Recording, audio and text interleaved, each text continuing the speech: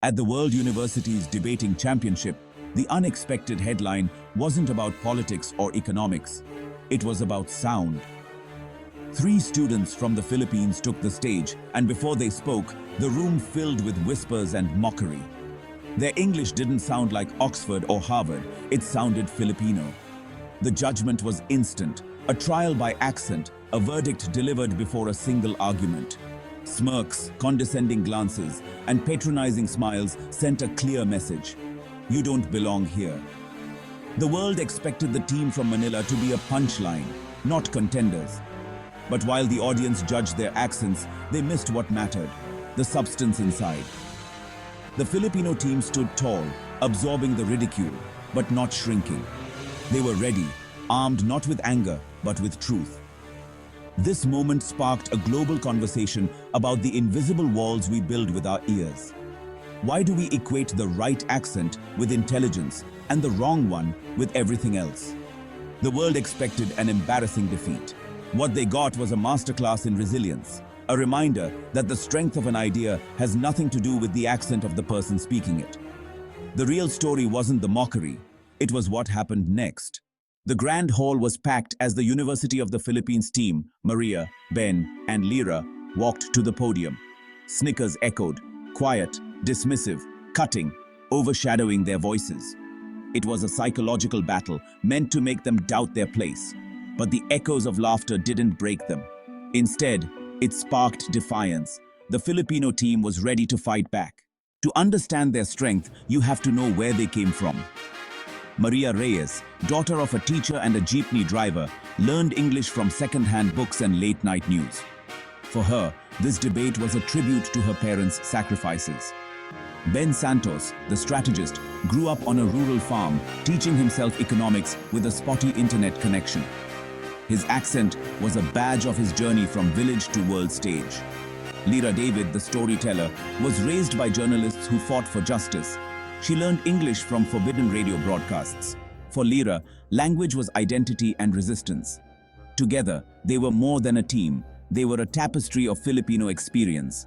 Their accents mapped their lives, carrying the sounds of Manila, the provinces, and a history of resilience. When the world laughed, it wasn't just at three students, it was at their families, their communities, their nation.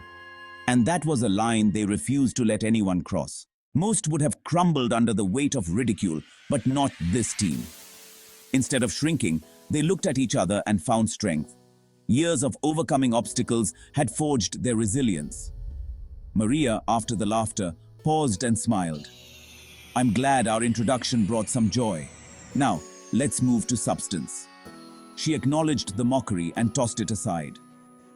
Ben, interrupted about his difficult pronunciation, replied, Certainly, I can repeat it or explain it more slowly, whichever is easier for you. The room erupted, not with mockery, but with surprise. The underestimated had landed a counterpunch. Lyra, asked about Filipino leadership, answered, Our leadership isn't defined by how we sound. It's defined by how we survive, rebuild, and fight for democracy. She redefined the terms, turning their weakness into strength. Their armor held. The battle was far from over, but the team made one thing clear: they would not be broken. The audience saw not just debaters, but fighters. The laughter faded, replaced by a new respect. The Filipino team had shifted the power in the room. They were no longer the punchline, they were the story. Every contest has a moment when the energy shifts. For the audience, that moment came midway through the debate. The cheap laughs dried up as the Filipino team's substance became impossible to ignore. They moved from defense to attack, wielding logic and evidence. The turning point was Ben's rebuttal on global economic aid. Instead of jargon, he told a story: a farmer given high-tech aid he couldn't use. True aid, Ben said, is about what the receiver can use. It's about listening, not just talking.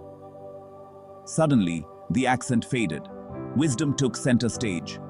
Even skeptical professors leaned in. Students stopped whispering. The team connected not through perfect diction, but through authentic experience. Lyra's final summary sealed it. Judge us not on the clarity of our accent, but the clarity of our purpose. The tide had turned. The Filipino team was no longer underestimated. They were leading the room. The Filipino team's secret weapon wasn't data or philosophy. It was the power of story. While others built walls of logic, Maria, Ben, and Lyra built bridges of connection. Maria spoke of her aunt's home lost to a typhoon. For you, this is a topic for the future. For us, it was last Tuesday. The audience was captivated. Climate change had a face and a home.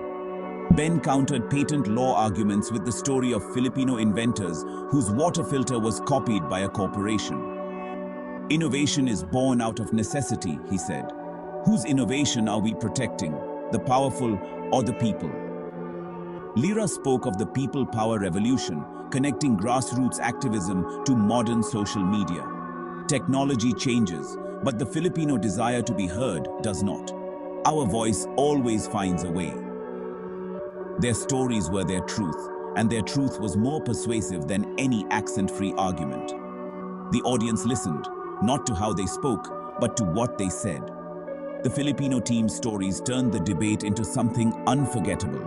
They proved that stories speak louder than accents, and the room was listening. As the debate climaxed, the Filipino team delivered lines that would echo long after.